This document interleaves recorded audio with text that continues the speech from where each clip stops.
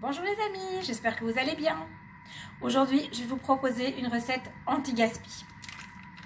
J'imagine que comme tout le monde, vous consommez de temps en temps de la mozzarella, peu importe la manière dont elle est emballée, elle est toujours protégée par ce qu'on pourrait appeler de l'eau ou du jus ou du petit lait.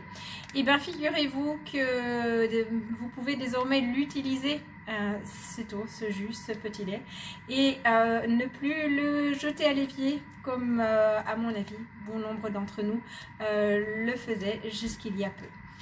J'ai donc fait une pizza hier soir, j'ai ouvert une boule de mozzarella et j'ai récupéré le petit lait. Et je vais l'utiliser pour faire des gaufres.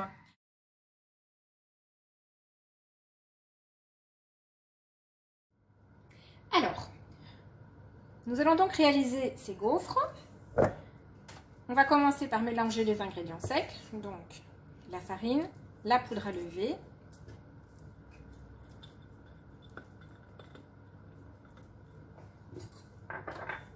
le sucre,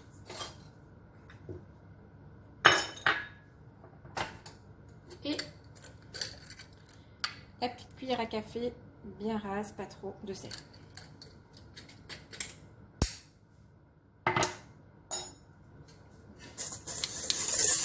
On mélange bien au fouet.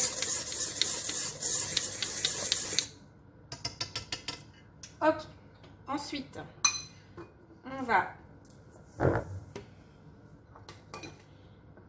casser les œufs dans un bol et légèrement les fouetter avant de les incorporer à la farine en même temps que le lait et le petit lait de mozzarella.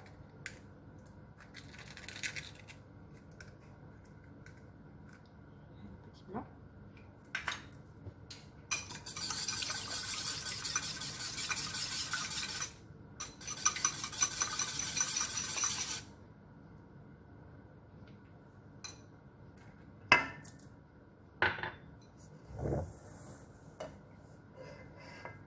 Voilà. Donc, je mets les œufs, le lait,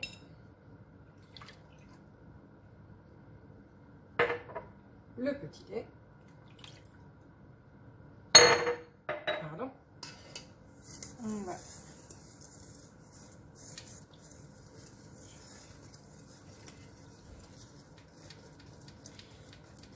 mélanger pour faire une pâte la plus homogène possible. Vous avez un robot, vous mettez tout dans votre robot et vous mélangez.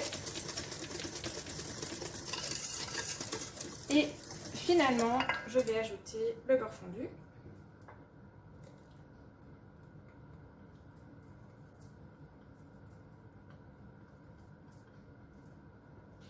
Mon four a préchauffé à 220 degrés.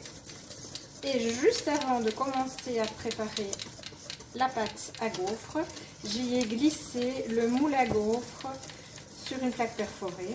C'est super important que le moule à gaufres soit bien chaud avant d'y déposer la pâte à gaufres. Voilà. Donc en moins de 2 minutes 50, nous avons réalisé une pâte à gaufres anti-gaspi. Je vais maintenant la transférer dans le pichet verseur pour avoir plus facile pour la verser dans le moule à gaufres.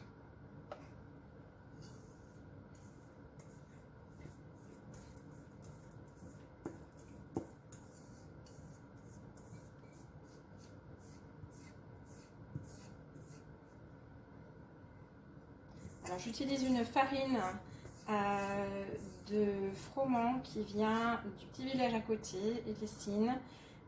C'est une farine à 65%. Elle est très bien pour faire de la pâtisserie également. On ne va pas toujours avoir de la farine blanche à 45 ou 50% pour de la pâtisserie. Une farine semi-complète peut aussi très bien faire l'affaire. Donc voilà, la pâte est prête. Je vais chercher maintenant le moule dans le four pour pouvoir y verser la pâte.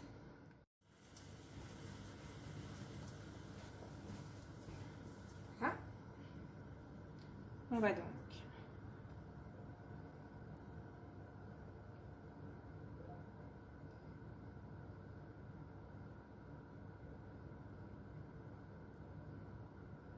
répartir la pâte dans les 8 empreintes.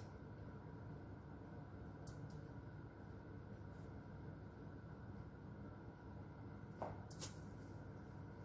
voyez, ça commence déjà à prendre un petit peu dans le fond, c'est le but. Que le moule soit vraiment bien chaud pour que vous ayez des gaufres bien dorés. Je pense que les œufs étaient bien gros, du coup il y en aurait bien eu pour une 9e. Mais bon, vu qu'il n'y a que 8 empreintes,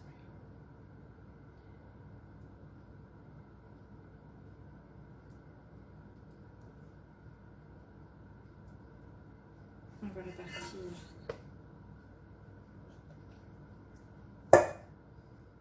toute la pâte dans les moules.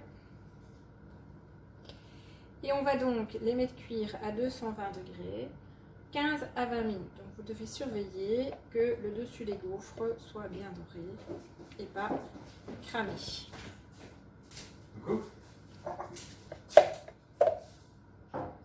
Voilà. Petite astuce pour démouler les gaufres. Vous déposez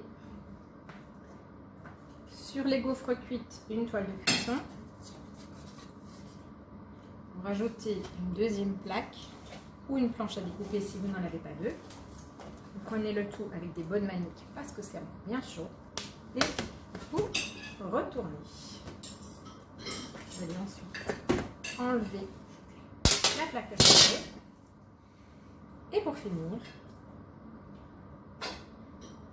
le moule. Et ça se démoule